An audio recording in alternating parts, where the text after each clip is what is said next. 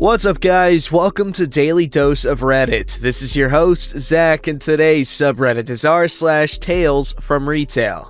Alright, this story's called When Everything Breaks and Customers Act Like It's Somehow Your Fault and a Personal Insult to Them. So this happened Friday afternoon, starting about 2:30 p.m. and ending around 4:30, which isn't a super long time to have issues, but it still wasn't great. I work at a hardware store as a cashier, and on Friday I was by myself on the lumber end of the store at what are called the pro registers due to being located next to the pro desk and being frequent by contractors, aka the pros. About 2:30, I noticed that there was some significant slowing down of the register processing card transactions. We've recently gotten new, in quotes, because everything my store gets is refurbished and or hand-me-downs from other stores who were lucky enough to get brand new equipment. Pin pads, which while still buggy, were significantly more usable than the old ones, which had a bad tendency to only work perfectly for maybe 25% of the transactions. One of the big improvements, other than being fairly certain that no, it really is the customer's chip being broken and not a 50-50 toss-up of the pin pad just not working to re-chips again, was that they're significantly faster at processing transactions. Also, when searching for items on the online cashier book, system that's supposed to list items from the store and have a function to search things from if they don't have a barcode, but has the worst search functionality I have ever seen, aka the OCB, was running even slower than usual and giving me more connection errors than typical. Then, the lone pro desk worker started having issues with his phone. In the middle of a call with a customer, the line started breaking up, so he tried to move the call to the other phone at the desk, only for the phone to decide to reboot itself the second he lifted the receiver from the cradle. All else failing, he ended up calling the guy back on his personal phone and kept dealing with weird issues with the phones for another 30 minutes. At 3, I get sent on my break and notice that the store Wi-Fi has gone from slow but mostly functional to completely unusable, and now people are having issues with the time clock, saying it's not connected to the network when they try to clock in or out. Well, this is going steadily downhill. Get back from break and continue checking out the sparse customers. Now, customers who try to pay with card are getting declined. First guy ran his card a second time and it went through, but the next couple of people to try couldn't get it to work at all, so I sent them to self-checkout in the hopes it was just my register having weird issues. Next thing I do is try to call my head cashier to see if they're having issues on his end of the store. Oh, would you look at that? The phones are now completely down and nobody can contact each other anywhere in the store. And now a customer is trying to call the non-functional phones, which rerouted the call to the overhead PA system, and it's endlessly ringing. Yay. So, as I'm sending customers down to the other end of the store saying my register isn't working, I'm trying to get a hold of anybody to see if they can tell me what's going on. So I text my supervisor's personal phone, hoping he sees it quickly. Again, no luck, and it takes 15 plus minutes and several more customers before I finally hear back from somebody over the walkie-talkies we use for our lot loaders, and they inform me that yeah, all phones are down, which took down the internet, or the other way around possibly. All I know is one going down took out the other, which then took out our ability to process card transactions. They're now trying to inform an assistant manager, again no in-store phones are working so can't call him directly, and nobody is sure where he was at first, to see if he could figure out what was going on. So then I get the joy of informing customers coming in that our system can't currently take cards, which means cash only, and we can't currently look up, process, or release any online orders, and we can't get a hold of anybody that isn't within shouting distance. Luckily, we're not very busy, at least on my end of the store, but the first customer I get who came in before we started having the issues seems to take it personally that something went wrong with our system and that I can't take his debit card as payment. I apologize, but he just goes on a rant about how he needs all of this right now and we should know when our system will be back up. Yeah, sure, I've totally got clairvoyance. And how is it possible that it went down and blah blah blah? Can't he leave this on hold with us and we call him back when the system comes up? Nope. Sorry, we only do will calls for items that have been paid for. We don't hold unpaid items because they take up space we don't have. And anyway, I highly doubt the will call system is even currently functional at the moment, since nothing else is currently working. By the time this guy is done ranting at me, he decides to add more items to his order, which is already well over the couple hundred in cash he had on him, and then informs me that we're gonna become friends because he's gonna stand there in front of me until the system comes back up. 4:30 hits and it's time for my lunch, and another cashier comes down saying that they've had luck running debit cards as credits and to try that, which I suggest to my customer to get him out of my face. He completely ignores my instructions to run it as credit and puts in his PIN, but by some miracle, the transaction went through. I get a hold of Lumber to get the guy the rest of his stuff, listen to him complain about a couple more things, then make my escape to get lunch. By about 5, everything got fixed again, and we didn't have to continue to listen to customers whine about a technical issue we had no control over. But it was a long 2.5 hours of dealing with weird slowdowns and then a complete system crash. Later heard from another coworker who came in after everything was over that it was possibly a widespread issue since he stopped at another store before he came in, and they said they were also having internet problems. Also, another cashier said a customer said they lived in a nearby neighborhood where everyone also lost internet, so who knows? But you gotta love the customers who think we personally made our system crash just to cause them issues, because we definitely love hearing them whine and complain about it, and the company definitely wants to lose money intentionally just to cause some grief. Yeah, sounds about right.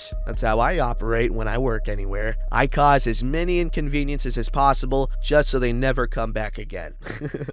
Alright, this story's called The Poultry Catastrophe. So I used to work in a grocery store in my town, and I have collected quite a few stories from there and my time abroad. And I have finally convened on this location to share one of my plethora of memories. Depending on how this post is received, I may pump more experiences out here, so I hope you guys enjoy. Now, I think many of us enjoy a good meme here and there, a funny joke, etc. I, for one, enjoy humor and employ it as a method to both ease my tension and hopefully entertain the customer of which I was scanning out at the checkout line. It was a week before Thanksgiving, and I'm sure many retail workers know firsthand how chaotic that time can be, and so my jokes were much more prevalent. While I was checking out, my supervisor hands me a frozen turkey, stating that it needs to go back to the meat department and that she'd take over for me while I go personally deliver it. This is routine, and I thought nothing of it, so I accepted and headed towards the meat department. I arrive at the frozen turkey selection and place a turkey down within the freezer. It is then when a friendly old lady walked up to me and asked, "Excuse me, OP, do these turkeys get any bigger?" Remembering a certain meme I had found, I chuckle and say, "No ma'am, they're dead." She laughs wholeheartedly along with me, and I tell her I'll check with the meat department since I'm only a cashier and they'd have a larger turkey for her. She thanks me and I meet with the meat manager.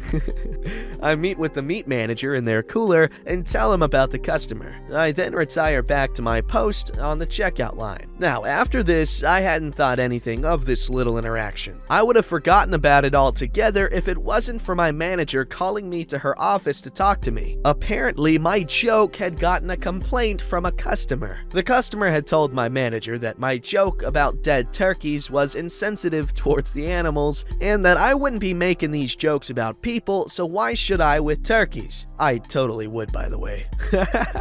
We both agree that it was kinda stupid and that I shouldn't have done it, but she did find the joke funny, so I think I got off easy with that one. No, you got off a little hard in my opinion. They shouldn't have even had a problem with it at all. The manager, that is. The customer, I couldn't give less of a crap. Now, a few hours have gone by, and I'm in the self-checkout when a lady approaches me. At first, she didn't look out of the ordinary from her leather purse, fur coat, and overall Karen-esque appearance, and I met with her with my usual cheerfulness. "Hello, my name is OP. How may I help you?" I asked. The lady reveals herself as the filer of the complaint, stating that I should have been fired for what I said. I accidentally let out a little chuckle and say, "So it was you." Everything had made sense to me at that point. This lady had overheard my joke with the older lady and had taken offense to it. She begins to berate me, saying that if someone were to joke about my death, I wouldn't take kindly to it. I politely retort, "Ma'am, I wouldn't mind because I'd be dead." And she starts fuming. I know I was stirring a hornet's nest, but man, was I having fun. However, even Nostradamus couldn't predict what this lady was about to do. With a smug confidence, she got in my face and said, "Would you kill me if I was a turkey?" She then starts doing chicken motions and making chicken noises at me. Oh no, she's having a mental break, and I couldn't help myself. I start laughing, and oh man, it was not a gentle laugh either. My sides began to hurt, but I couldn't help myself. This Karen just looked so stupid. From the other self-checkout kiosks, I could see customers stifling giggles and pointing towards the chicken Karen. I will call her Choca Karen because I play way too much Final Fantasy and chocobos are like chickens. Choca Karen, now finished with her poultry outburst, repeated her question. "If I was a turkey, would you kill me?" While I was enjoying this tirade, all good things must come to an end, so I begrudgingly told her, "Ma'am, I'm gonna have to ask you to leave. You're causing a disturbance for the other customers." What I should have expected was her following wrath, but alas, I did not. How could a woman who had an outburst like that remain calm after being told to leave? Me from the past wasn't that smart. She demanded that I answer her question, and I responded, "No, I wouldn't kill you, but I would call security if you do that again." We did not actually have store security, but it was a little tactic I would use to intimidate people being rowdy. Fortunately, Choca Karen seemed to be deterred, and as she walked towards the door, she began to yell the standard spiel like, "I won't ever shop here again until you get fired," and even called me an animal hater. I have 2 dogs and generally spend more time with people's pets than the person themselves, so that's a lie. I won't forget her last words though. As she walked out the door, she yelled, "Your soul will burn unless you repent, you animal killer." Now, as my tale comes to a close, I can't help but explain the aftermath. A few employees had heard the incident and told a few more employees, and through word of mouth, within the hour, everyone in the store had known of my encounter with Choca Karen. I would never see Choca Karen again, so she was true to her word. But I would earn a title of Turkey Bastard, which I wore proudly until I finally left that position a couple of years later. Now, as I sit here several years later, recalling the events of this story, which I am sure I may have forgotten a few details, I can't help but ask the question, why was someone like Choca Karen in the meat department anyway? Yeah, and why was she calling him an animal hater or whatever, and she's wearing a fur coat and a leather purse? Like, come on. We got a little bit of a kettle calling the pot black or whatever. I don't know the goddamn idiom. I'm an idiot when it comes to idioms. In fact, I mostly do malaphors, which are like combining 2 idioms together, like, "Oh, I'll burn that bridge when I get to it," which I think I got from Uncharted, and I like that one. That's one of my favorites, dudes.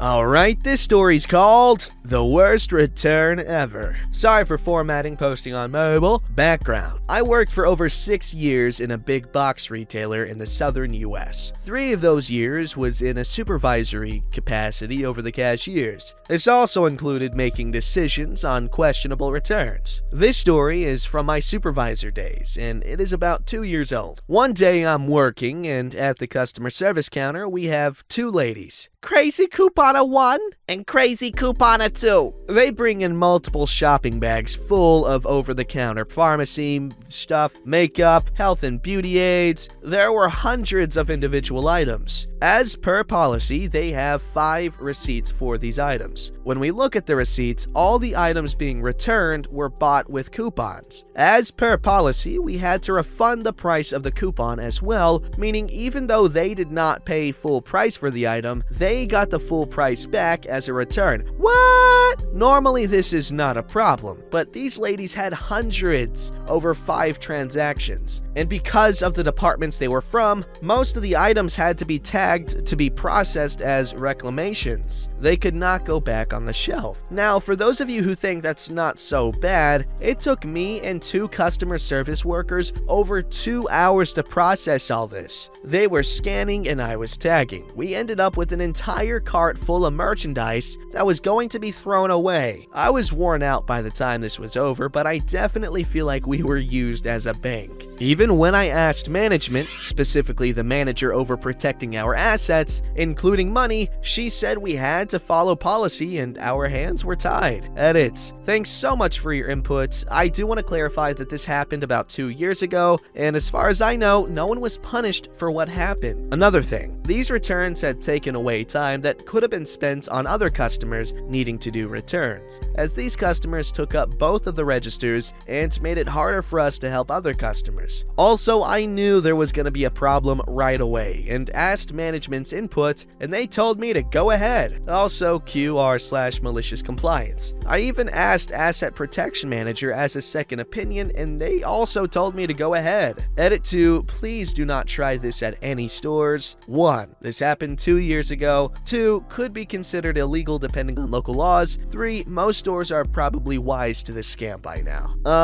If you are gonna do this, make sure it's a big ass corporation like Walmart, because they literally make the most revenue out of like any other company.